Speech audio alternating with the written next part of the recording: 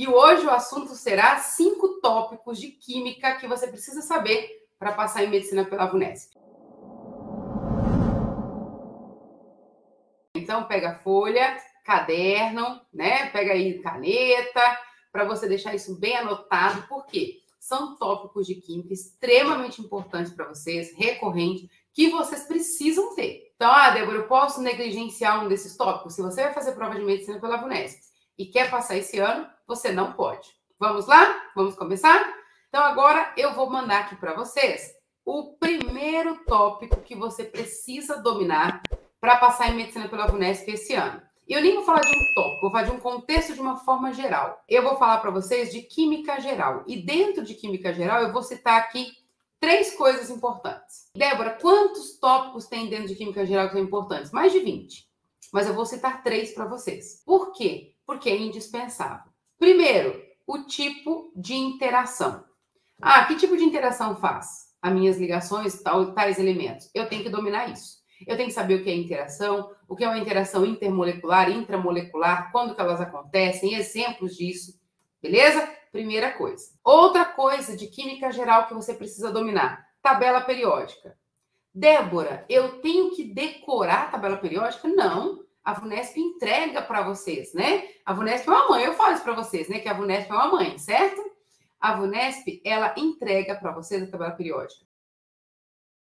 Só que eu tenho que entender a tabela periódica, eu tenho que saber o que significa cada coisa. Eu olhando para a tabela periódica, eu consigo deduzir muita coisa. Raio atômico, eletronegatividade, densidade dos átomos, tipo de interação, tipo de ligação, N possibilidades, distribuição eletrônica. Gente, NOx, é uma série de informações que a tabela periódica me dá.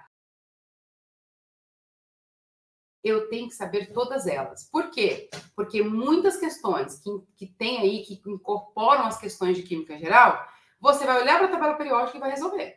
Beleza? Se você dominar. Se você não dominar, a resposta vai estar na sua cara, na sua prova, e você não vai conseguir fazer. Então, dê uma atenção para isso importante.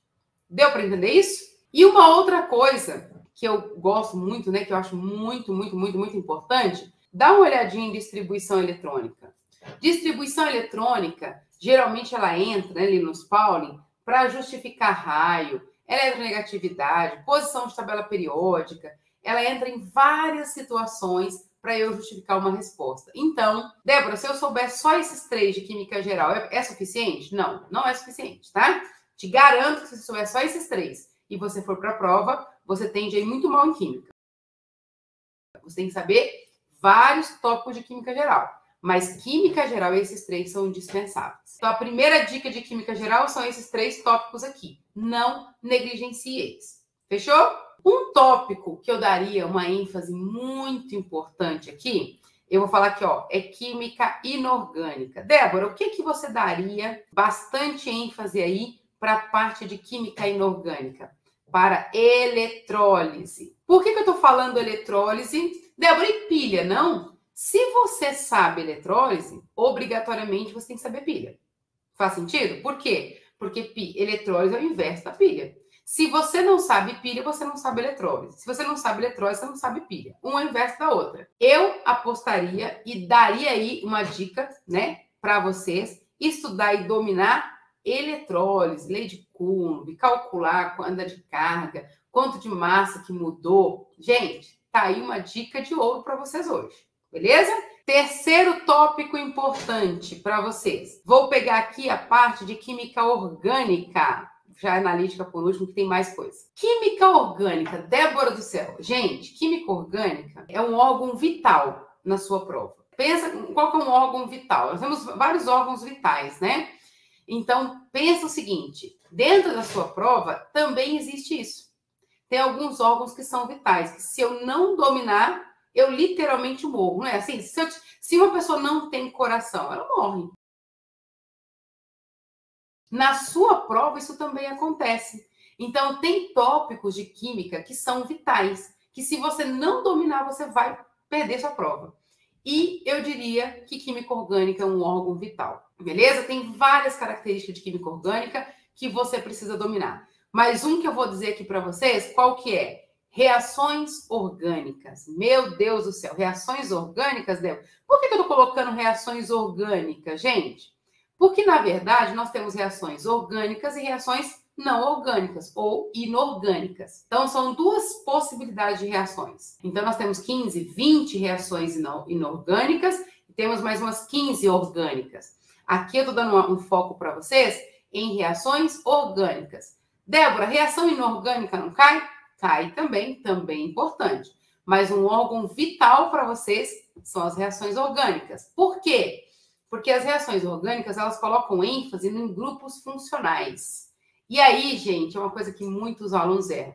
Então, o tipo de reação, que grupo funcional vai interagir com outro grupo funcional para formar o terceiro grupo funcional, como que é o mecanismo de reação. Gente, reações orgânicas, você tem que dominar as reações orgânicas, os mecanismos de reações e como que elas acontecem. Isso é uma questão vital para quem quer passar em medicina pela VUNESP esse ano, principalmente se a prova que você quer é uma prova concorrida.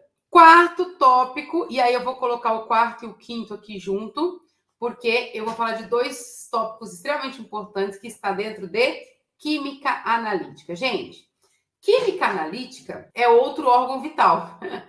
É um outro órgão vital. Não existe nenhuma prova de medicina da VUNESP que não tenha química analítica. Não existe. Se você vai prestar qualquer vestibular de medicina da VUNESP, você vai se deparar com questões de química analítica. O que vai mudar de uma prova para outra?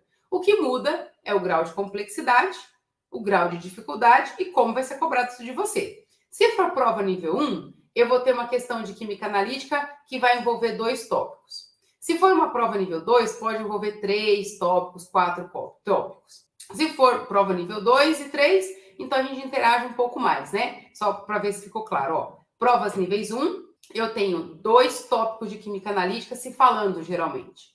Provas níveis 2, provas níveis 3, eu posso ter 3 ou 4 tópicos se falando. Isso é muito importante para nós. Combinado? Então, olha só, a parte de química analítica, ela é enorme. E aí eu preciso saber o seguinte, como que eu vou interagir essas coisas? Então, olha só, química analítica. Débora, me dá um tópico de química analítica que é indispensável. Estequiometria.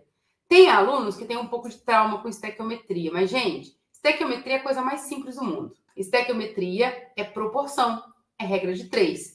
Eu só preciso entender conteúdo, entender conceito. O que pega em estequiometria é justamente isso que eu comentei com vocês, dessas interações. Por exemplo, estequiometria é uma coisa que vai cair na prova de vocês. Não é se vai cair, é como vai cair, porque vai cair. Estequiometria, elas se falam com outras caixas. Quais caixas, Débora?